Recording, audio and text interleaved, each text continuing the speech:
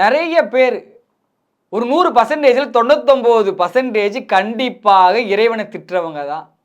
நல்லது மட்டும் இறைவன் கொடுத்தா, ஆஹா இறைவன் என்னங்க என்னுடைய தங்கங்க அவர் எவ்வளோ அழகாக நல்லது பண்ணுறாரு.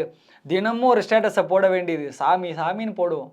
ஒரு துன்பத்தை கொடுத்தா இறைவன் இருக்கிறாரா இல்லையா, அந்த இறைவனுக்கு காதையில் பொழுது நான் நல்லது தான் பண்ணுறேன் ஆனால் எனக்கு மட்டும் கெட்டது நடக்குது, இப்படி ஒரு எதிர்பார்ப்பா இருக்கிறவர்கள் தான் அதிகம். பக்தியை பொறுத்தளவுக்கு எதிர்பார்ப்பே இருக்கக்கூடாது. அதுதான் உண்மையான பரிசுத்த அன்பு. அது எதிர்பார்ப்போடு இருக்கக்கூடியவங்களுக்கு கண்டிப்பாக இறைவன் நீ செய்தற்கேற்ற பலனை கொடுத்துருவாரு. அவர் பலனெல்லாம் அப்படியே தூக்கி வச்சுன்னு இருக்க மாட்டார். உன்னுடைய பலன் நீ செய்ததற்கு 10% நீ செய்யணும், 1000% உனக்கு தருவார் அருளை. ஆனால் அவர் கிட்ட நெருங்க முடியாது.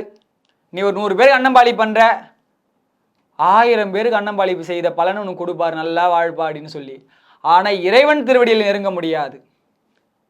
ஏதோ ஒரு தீவினை உனக்கு நடக்கின்றது, அது நீ செய்த தீவினை நீ தான் அனுபவித்தாகணும். அப்போ உனக்கு வரக்கூடிய துன்பத்தை எப்படி இறைவன்கிட்ட வந்து நீ தான் உன்னதான நம்மனை நீ தான் அப்படி பண்ணால் உன்னை நம்பனா நீ செய்த தீவினைலாம் அப்போ யார் அனுபவிக்கிறது? நான் இன்னைக்கு சிவத்துக்குள்ளே வந்துட்டேன், நான் ஒழுக்கமாக இருக்கணும், யாரையும் கேலி கிண்டல் செய்யக்கூடாது, இப்போ எனக்கு அறிவு வந்திருக்குது. இதற்கு முன்னாடி எனக்கு அறிவு இல்லாமல் எல்லாரையும் நான் இழிவாக பேசின்னு இருந்தேன். இன்னைக்கு நான் ஒழுக்கமாக இருக்கின்றல, அதனால் இப்போ நான் இப்போ இருக்கக்கூடிய சூழ்நிலைக்கு ஏற்றார் போல ஒரு ஒழுக்கமான ஒரு நல்ல வாழ்வு எனக்கு கிடைக்குது. ஆனால் முன்னாடி நீ ஒழுக்கமில்லாத வாழ்வு வாழ்ந்ததை அந்த தீவினையானது சேமிப்பில் தான் இருக்கும். அது கண்டிப்பாக அந்த வினையானது நீ ஒழுக்கமாக ஆனாலும் சரி அது உன்னை வந்து தாக்க தான் செய்யும். இது தாக்கிச்சுன்றதுக்காக நான் ஒழுக்கமாக தான் இருக்கிறேன், நீ ஏன் சாமி இப்படி பண்ணிட்டியே, ஏன் இவ்வளோ துன்பப்பத்தி இப்படி வளர்வது அது ஒரு முட்டாளான செயலாகும். ஏன்னா தெளிவாக நம்மளுடைய சிந்தையை தெளிவுபடுத்திடணும்.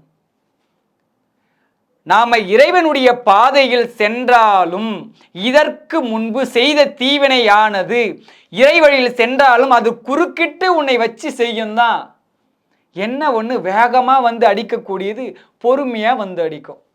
இதை இறைவன் செய்வார். ஏன்னா நீ திருந்தி நல்ல வழியில் வரணும்னு ஆசைப்படுற வாசி இறைவன் பெருசாக வரக்கூடிய அடியெல்லாம் சிறிதாக செய்வார். வரவே விடாமல் தடுக்க கண்டிப்பாக மாட்டார். ஏன்னா நீ எதை செய்கிறையோ அதை கண்டிப்பாக அனுபவிக்கணும்.